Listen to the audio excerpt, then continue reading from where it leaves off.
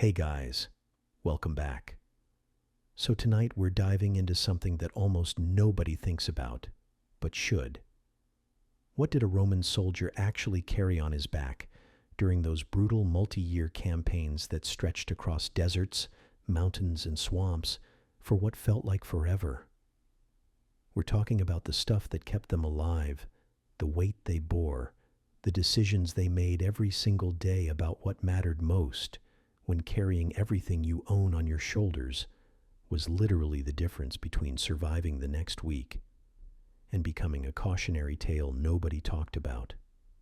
Before we get started, hit that like button if you appreciate deep dives into the lives of people who had to figure things out the hard way. And subscribe, because we're exploring the unglamorous, ungraceful reality of what it took to be part of the greatest military machine the ancient world had ever seen.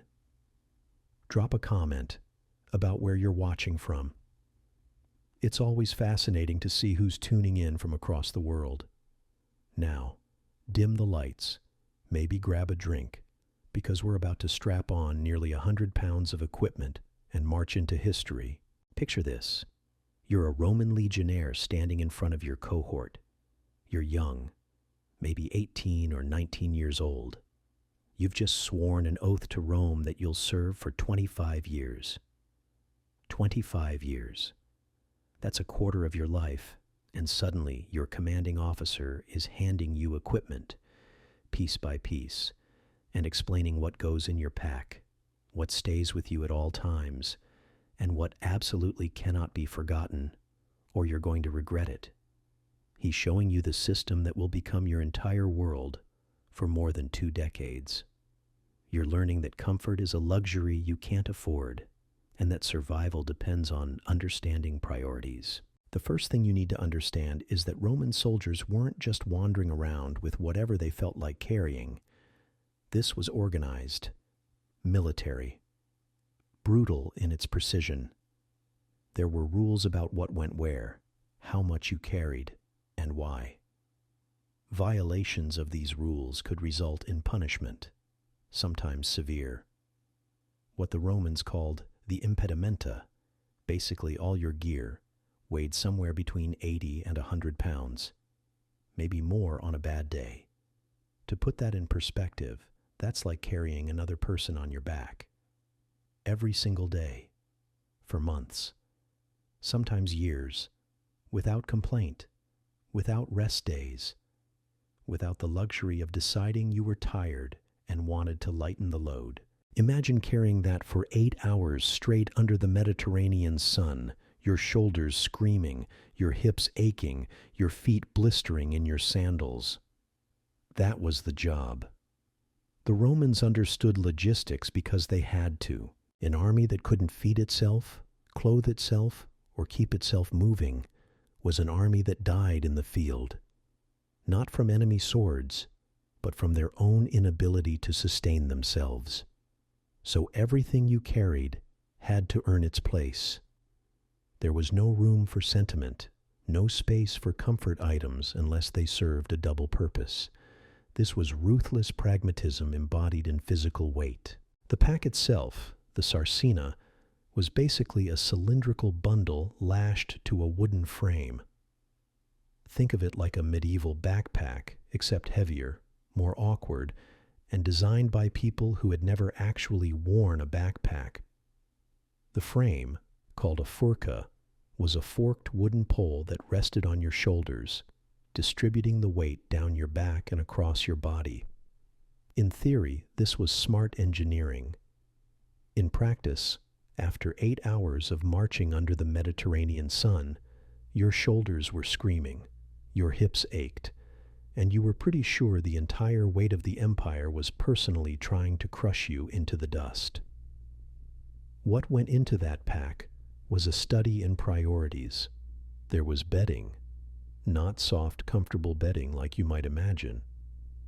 We're talking about a blanket or cloak, may be a tunic or two for backup, and if you were lucky, something to stuff under your head that was theoretically softer than a rock. But let's be honest, after a long day of marching, You'd fall asleep on literally anything: stone, dirt, another soldier's shoulder. The Romans understood that an army's ability to keep moving depended on keeping morale up, and one of the easiest ways to destroy morale was to leave soldiers cold and wet through the night. So everyone carried basic textiles, layers that could be wrapped around the body, changed out when wet, and repurposed if needed. One soldier's damaged cloak became a patch for another's tunic. Waste nothing. Use everything. Then there was the food. This is where things got really interesting, because feeding an army on the march was a constant, grinding, logistical nightmare that never really got easier. Roman soldiers carried hardtack, a biscuit called posca, dense and practically indestructible. It was almost universally despised. You couldn't really eat it fresh. You had to soak it in water, mix it with vinegar, or basically soften it somehow because your teeth would lose that fight every single time. Try biting into a month-old hardtack biscuit, and your jaw will thank you for the reminder of why Rome had specific preparation methods. Some soldiers carried pulses, dried beans, and lentils, which they could cook when they had access to fire. The monotony of eating the same beans day after day, month after month, was psychologically grinding. There would be dried meat, salted and preserved, nothing like the tender steaks of home. This was tough, salty, preserved, because the army needed food that would last for months without spoiling. Salt pork, salted fish sometimes, all of it requiring water to make edible. They carr. Rye cheese, another preserved protein that could handle the heat and the time. The cheese would sometimes get moldy or taste rancid, but you ate it anyway because refusing food meant going hungry. The Romans were absolutely obsessed with self-sufficiency because armies that depended on supply lines died when those lines got cut. It had happened before, and every officer knew the stories. So soldiers learned to supplement what they carried by foraging, hunting, or bartering with locals in the territories they occupied. Wheat could be ground into flour. Vegetables could be added to the daily stew. Anything local that didn't actively poison you became food. Water was everywhere, supposedly, though finding clean water was a constant battle, and soldiers often got sick from drinking from questionable sources anyway. Dysentery was basically expected. You accepted it like you accepted blisters and sunburn. Water containers were essential, though they represented a kind of strategic gamble. A legionnaire carried at least one water bottle, usually made of animal skin or ceramic, and sometimes more than one if you could figure out how to rig it without completely destroying your balance. Water weighs a lot, though. A full canteen of water is nearly 3 pounds on top of everything else you're carrying. When you're already at 80 or 90 pounds, 3 more pounds feels massive. The calculation was constant, exhausting, perpetual. Do I carry enough water to drink? Or do I carry less water and hope I find a stream? Do I carry extra water for emergencies? These were the kinds of decisions that didn't sound dramatic but could literally mean life or death. Dehydration on a desert march wasn't some minor inconvenience. It was debilitating, disorienting, deadly. Men had died from it. Men would continue to die from it. So soldiers carried water, sometimes less than they needed, sometimes almost none, depending on the terrain and the season. A march through Gaul was different from a march through North Africa. Water meant something different in the mountains versus the deserts. Soldiers learned to read their environment and make educated guesses. Sometimes they guessed right. Sometimes they guessed catastrophically wrong. The tools a Roman soldier carried were practical and brutal. A spade or entrenching tool was absolutely non-negotiable. The Roman army was famous for building fortified camps every single night. Every night. Even if you were exhausted, even if you'd marched 30 miles, even if your feet were bleeding and blistered, you dug. You built palisades, dug trenches, created defensive positions. It was exhausting, repetitive work that continued even as darkness fell and your eyes grew heavy. Without that spade, you couldn't participate in the camp construction. And if you couldn't participate, you were punished. The punishments weren't light. They ranged from extra duty to beatings to worse. So the spade stayed in the pack, heavy and awkward, and absolutely essential. There was rope, cord that could be used for securing equipment, setting up shelter, constructing makeshift structures, or 1,000 other practical purposes. There was a cooking pot, usually shared among a group of men who would eat together, cook together, and generally look out for each other. A soldier's tent mates, his closest companions, relied on that shared pot. There might be files, whetstones, maintenance equipment for keeping weapons sharp and functioning. Any soldier carrying a dull sword into battle was essentially carrying a death sentence, so you maintained your weapons constantly. The sharpening of weapons became almost meditative, something you did in the evening by the fire, listening to other soldiers talk and laugh and complain. There were small tools for repairs, for adjusting armor, for fixing equipment before it broke catastrophically in the middle of important situations. Medical supplies were limited but essential. Bandages, herbs for wounds, maybe something for fever. The medicine available was mostly worthless by modern standards. Infections were common, gangrene was common, and the best hope for something serious was amputation by someone with steady hands. Soldiers carried these supplies partly because basic wound care helped, and partly because knowing you had something for an injury was better than nothing. The mind matters in survival, probably more than the actual medical utility. Armor was not carried in the pack. The armor, the lorica segmentata or whatever variation the legion used, was worn. A breastplate made of metal strips, sometimes leather, sometimes a combination. Greaves to protect the shins. A helmet. Sometimes a shield, though shields were sometimes left with supply trains because they were massive and unwieldy. The armor was heavy, maybe 40 or 50 pounds for a full set, and you wore it. Not all the time, but in combat conditions, during marches through dangerous territory, constantly. You got used to it. Your body adapted. You developed different muscles, different posture, different everything. Soldiers who trained regularly in armor were nothing like soldiers who tried to fight for the first time wearing that much weight. The difference was the difference between victory and defeat. Weapons were personal. Your gladius, the short sword that was the legionnaire's signature weapon. Your pilum, the javelin, sometimes 2 of them. These were deadly, efficient, and absolutely essential to carry. You never went anywhere without your weapons. Sleeping, marching, sitting down to eat, your weapons were with you.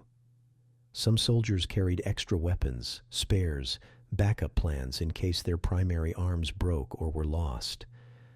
Losing a weapon wasn't just disarmament. It could be considered cowardice or failure, and the punishments were severe. Personal items were a complicated question. Roman soldiers carried some possessions, though what depended on the individual. A lucky charm, something from home, a letter from family read until the parchment fell apart. Small religious amulets, things providing comfort more than practical utility. These items mattered more than their weight suggested because they kept you human. They reminded you of why you were there, who you were fighting for, what you'd left behind. Soldiers with no personal connection to home tended to break psychologically faster. The items serving no practical purpose were sometimes the most essential you carried. Hygiene items were minimal. A comb, maybe oil for the skin since the sun and wind destroyed exposed skin. Soldiers got nasty infections, sunburn, cracked lips. The oil helped. No regular soap for bathing. Soldiers washed in rivers when possible, sometimes rubbed dirt on themselves to remove grime. Staying clean was nearly impossible, and dysentery, skin infections, and lice were just part of service. You accepted it. You moved on. Most legions carried navigational aids, maps when available, though maps in the ancient world were pretty terrible by modern standards. A compass wasn't available, obviously, so navigation relied on landmarks, asking locals, following known routes, and sometimes just heading in a direction and hoping you were right. Getting lost during a military campaign was genuinely dangerous. You could march for days in the wrong direction, deplete supplies meant for forward progress, weaken the entire army through logistics failure.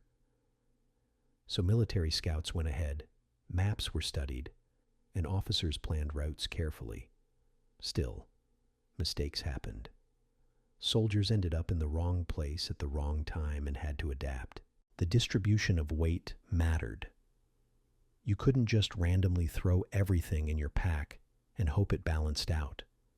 Heavy items went lower, closer to your hips, where your legs could help support the weight. Lighter items went up top. Fragile items were positioned carefully to avoid breakage. Sharp items were secured so they didn't puncture holes in your pack or cut you. The soldiers who figured out optimal packing systems were the ones who suffered less. By the third month of a campaign, a legionnaire had probably perfected the art of arranging their gear for maximum comfort and minimum suffering. What's fascinating is what wasn't in the pack. Modern soldiers carry so much more stuff, but Roman soldiers carried almost nothing by comparison. No tent, no sleeping bag, no advanced medical equipment, no standardized field rations with multiple calories and nutritional information. No compass, no map in the traditional sense. Nothing that required electricity or complex maintenance beyond basic cleaning. They carried the essentials and trusted that the army would provide other necessities through supply trains, local requisitions, or simple improvisation. This reliance on improvisation meant that soldiers needed to be resourceful, adaptable, creative. If something broke, you had to fix it with what you had. If you needed something, you had to figure out how to create it or find it locally. This constant problem-solving probably built resilience and practical intelligence in ways that modern military training struggles to replicate. The psychological weight mattered as much as the physical weight. Carrying 100 pounds of equipment meant you couldn't run away effectively. You couldn't move fast. You were anchored to that weight, and it anchored you to the army, to your responsibilities, to your oath. Some soldiers probably felt trapped by it. Others probably felt grounded by it. The weight reminding them that they were part of something larger than themselves. The physical burden became almost metaphorical. You carried Rome on your back, literally. The weight was Rome's expectations, Rome's ambitions, Rome's need to conquer and hold territory. Breaking that weight, abandoning the pack, meant breaking faith with the entire system. Over years of campaigns, a soldier's relationship with their pack changed. In the first year, everything seemed heavy and awkward. By the third or fourth year, you barely noticed the weight. Your body had adapted, your muscles had developed differently, your posture had shifted. You could march all day and barely feel it. The pack became like an extension of your body. You knew where every item was in the dark. You could find what you needed without looking. The efficiency became almost unconscious. But this adaptation came with costs. Soldiers who carried packs for years developed spinal issues, shoulder damage, joint problems that would haunt them for the rest of their lives. The Army got 25 years of service, and soldiers paid with permanent physical damage. The reality of carrying that pack through actual campaigns was brutal in ways that instruction could never fully convey. A summer march through Gaul or Spain meant heat, dust, insects, inadequate water. A winter campaign meant cold, wet, the constant fight against hypothermia. You'd march for hours with sweat-soaked clothes in the cold, your armor getting heavier as moisture seeped into every crevice. Your feet would blister, bleed, crack. Your shoulders would develop permanent calluses. If you were lucky, the calluses would protect you. If you weren't lucky, infections would set in under the damaged skin. Soldiers dropped out of campaigns due to foot problems more than almost any other reason. Your feet mattered more than your courage, sometimes. During sieges, the pack's usefulness changed. You'd dump most of it at camp and carry only essentials into battle. But during the siege itself, the pack stayed nearby, a constant reassurance that you had some supplies, some backup, some hope that you wouldn't run out of food or equipment before the siege ended. Some sieges lasted months. You'd eat the same bread, the same dried meat, the same meager rations day after day. Monotony became its own kind of torture. But you had the supplies in your pack. You knew what was there, and that certainty helped you endure. The organization of the Army meant that individual packs weren't your only supply line. Each cohort had supply people, pack animals carrying additional supplies, wagons following behind with food and equipment for repairs. But you never trusted those supplies completely, because supply lines got cut, wagons got attacked, supply people got killed. The pack on your back was the only supply line you could absolutely rely on. Everything else was a bonus if you got it, a disaster if you didn't. By the end of a multi-year campaign, soldiers would have accumulated additional items in their pack. Trophies from victories, gifts from locals, replacements for broken items, extras they'd picked up along the way. The pack would be more personalized, more worn, more marked by the soldier's individual choices and experiences. An officer might look through a soldier's pack and see exactly where they'd been, what they'd done, what they valued. The pack became a biography of sorts, a written record in objects rather than words. Soldiers who survived their service and left the Army would take that pack with them sometimes. The skills of carrying it, maintaining equipment, improvising solutions, and enduring physical hardship would serve them for the rest of their lives. Ex-soldiers became farmers, merchants, craftspeople, and they brought with them the discipline and pragmatism that military service had instilled. The pack had literally shaped their bodies and minds during the crucial years of young adulthood. The standard pack was standardized because consistency mattered. Every legionnaire was supposed to carry approximately the same weight, the same equipment. This meant that if a soldier got injured and had to leave their post, another soldier could pick up their pack and continue. The system was designed for interchangeability, for the ability to swap out individuals without losing capability. Of course, in practice, soldiers customized their loads based on personal preference and what they could trade or acquire. The official standard was more of a guideline than a hard rule. What's remarkable is that despite the incredible weight and the genuine hardship, the Roman military worked. Armies were moved across vast distances. Campaigns were sustained for years. Conquests happened and were held. The soldiers endured because they had to, because they were trained to, because the alternative was desertion, which usually meant execution, but also because the system, crude as it was, actually functioned. The pack, the armor, the weapons, the supplies, they all worked together to create a military machine that could operate across thousands of miles and hold discipline for years. By the late Empire, the quality of what soldiers carried had declined significantly. Earlier legions carried better equipment, were better supplied, had more cohesive organization.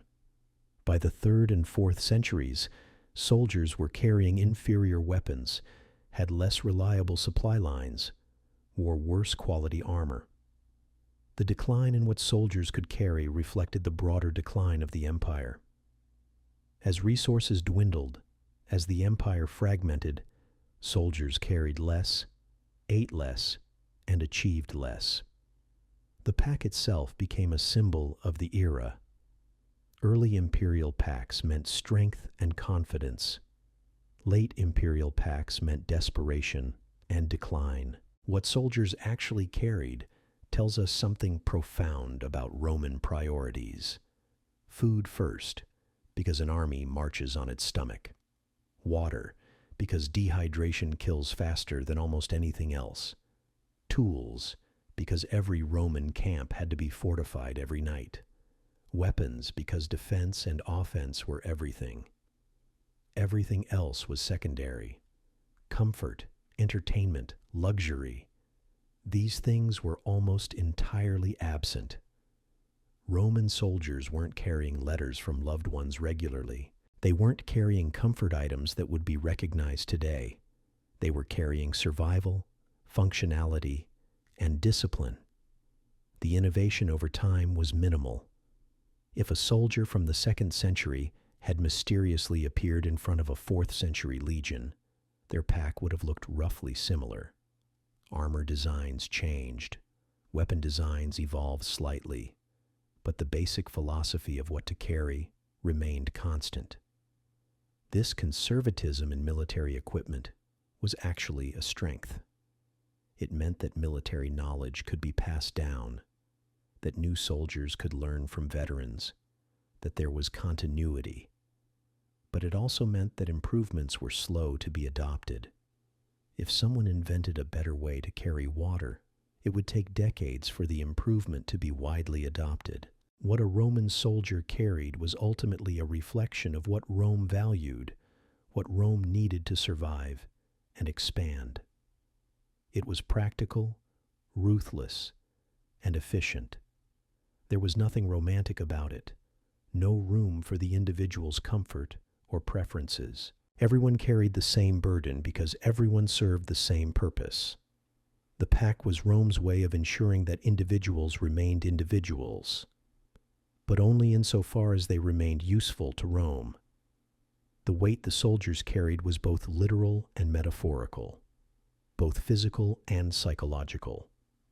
It shaped them, defined them, and ultimately, it was the foundation of Roman military supremacy in the ancient world. When we talk about Roman power, we often think about strategy, tactics, leadership, morale. All of those things mattered, but none of them mattered if the individual soldier couldn't sustain themselves during a multi-year campaign. And that sustainability came down to what they could carry on their back. The pack was the foundation. Without it, there was no army. Without the army, there was no Rome. So the humble pack, the sarcina, the cylindrical bundle of supplies strapped to a wooden frame, was perhaps more important to Roman success than the greatest general or the most brilliant strategy. It was the infrastructure of empire, the practical foundation upon which glory was built. Later, historians and military theorists would study Roman logistics with profound respect because they worked. They fed armies, sustained them across impossible distances, kept them supplied in conditions that should have been unsustainable. The pack was part of that system. Each soldier carrying their own backup supplies meant that the army had distributed supply lines. Attacks on supply trains couldn't completely cut off soldiers because each soldier was their own supply train. It was brilliant, really, when you think about it. Everyone carries what they need, and you've just created an army that's far more resilient than anything that depends entirely on centralized supply. The soldiers who carried those packs were mostly young men, conscripted or volunteering because they had few other options. They came from poverty, from rural farms, from the edges of society. The pack and the army gave them structure, purpose, identity. It also gave them a way to survive, paradoxically, even though it was incredibly hard. The alternative for most of them would have been worse, so they shouldered the burden, literally and figuratively, and they marched. When soldiers retired after 25 years of service, they weren't the same people who had enlisted. The pack had changed them. The weight they'd carried had shaped their spine, their shoulders, their mind. They'd learned to endure, to persist, to solve problems with minimal resources. These were valuable skills, and they took them into civilian life. Ex-soldiers became trusted members of communities because they had proven themselves capable of extraordinary hardship and discipline. The pack had been their teacher, and what it taught them stayed with them forever. There's something profound in understanding that the greatest military power of the ancient world was built on the backs of young men carrying roughly 100 pounds of equipment. No vehicles, no mechanization, no technological shortcuts. Just human endurance, human discipline, and human will. The pack was a symbol of that endurance. It's easy to admire it from 2,000 years away. It's easy to be impressed by the logistics, the organization, the sheer scale of what was accomplished. But the reality was grinding, painful, and remarkable. The pack carried Rome's dreams, Rome's ambitions, and Rome's future. And it was carried by ordinary men doing extraordinary things, day after day, mile after mile, year after year. That's the real story of Roman military power, not the glory of conquest, not the drama of battles, but the quiet, brutal reality of soldiers shouldering their packs and marching toward destiny.